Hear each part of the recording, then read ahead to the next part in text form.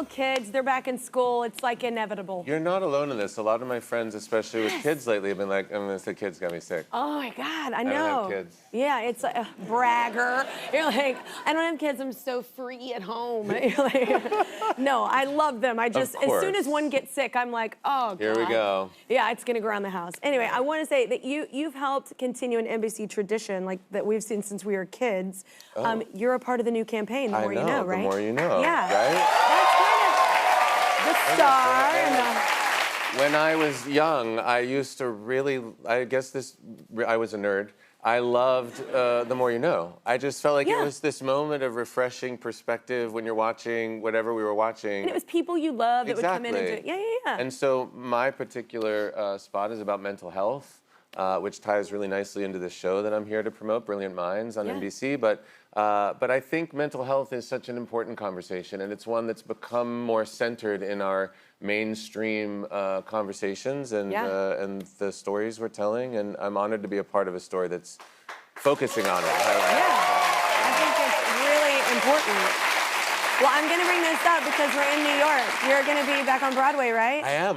They just announced it yesterday. I'm doing a play in the fall, which I'm so excited about. So tell everybody about the show. What's it about? The play? The play is called Cult of Love, and it's essentially about a family. It takes place on Christmas Eve, and the family, they were raised incredibly Christian. And so the play is exploring themes of the impact that has on the adult children and their partners. And so everybody's coming back together, and it's in that tradition of a real family drama, which I'm excited about. Curious, are the partners Christians as well? Is there other religions kind of coming at play? There's a lot of things happening. It's a lot of because that's religious life. perspectives, and a lot of just life perspectives and lifestyles that conflict, and the Very idea relatable. of course, and the idea of like what the parents teach their children, and then how their children diverge from those lessons and forge their own paths. And it's very human, the play. I feel like there's an intimacy to it and a simplicity to the relationships, which is really nice to be approaching the work from that standpoint. There's also a fair amount of music in it because they grew up singing, and it takes place on Christmas Eve. So there's a lot of a musical undercurrent, which I'm excited about. And so people know you as an actor, obviously, but I don't know that people really know you as, you're like a trained singer as well. I mean, don't be humble. No, I mean, I'm not. I'm really not. Yeah, I was like, don't you playing humble? I went to school for musical theater. I know, that's what I'm saying. So Yeah, don't but be like, humble. no, I was like, no, that's incredible. It's a different energy. It's something I haven't done. I haven't performed musically in years, and so I'm terrified of it in the way that I want to be terrified of something that I am going to do. I want to lean into it. I want to face a fear in order to grow beyond my own limitations. So there is that element of it, but I'm not a singer. I mean, especially in your presence, I am not. Oh, shut up. No, I mean... No. I hear you play an instrument as well, right? I do play the banjo. I love that you play the banjo. I do. Someone told me, I heard, that you might have a banjo here. I did bring my banjo. And I love a banjo player. And that's a cool banjo.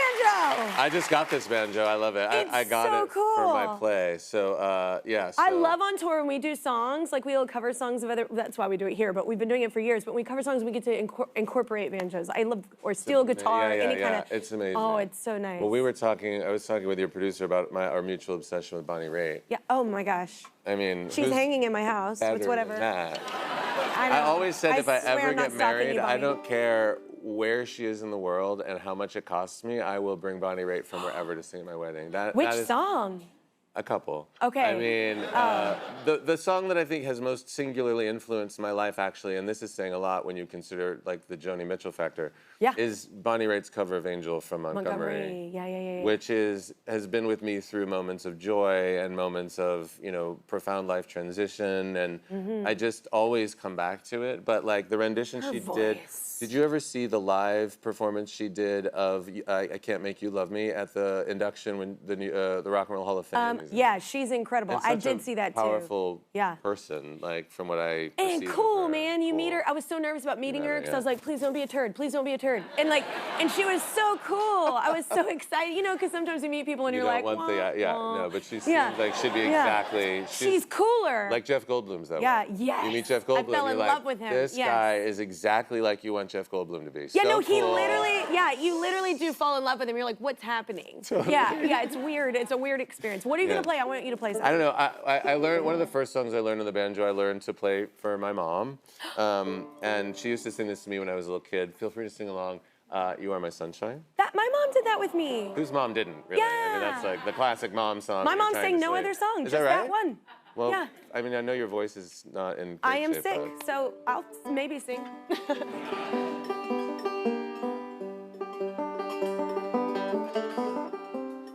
I mean, I already feel better. I love the banjo.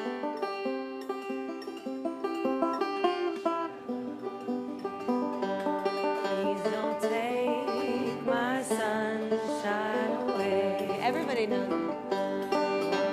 Sunshine, my only sunshine. All right, y'all. Make me happy when skies are gray. You'll never know, dear, how much I love you. Please don't take my sunshine away.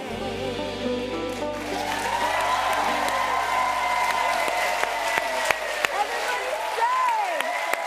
That was so beautiful. We need to get to a couple commercials, y'all. I'm handing things off to Mark. That I can't was believe cool. I did that. It was so beautiful. Kelly and Zachary, I'm what you might call a Klingon pro. I've studied their language since it first appeared in the Star Trek universe 30 plus years ago. As we truckers would say, Nadef Perak, Gorgit Len, Lat Rich, Kelly Zachary Je. Sure. That was a look at his new NBC series, Brilliant Mind. So congrats on the new show. So you. tell everybody kind of what it's about. In a nutshell, I play a character called Dr. Oliver Wolf, who's actually based on a real-life Dr. Oliver Sacks, who was a world-renowned neurologist who worked in the mid to the late 20th century. He died in 2015 at the age of 83.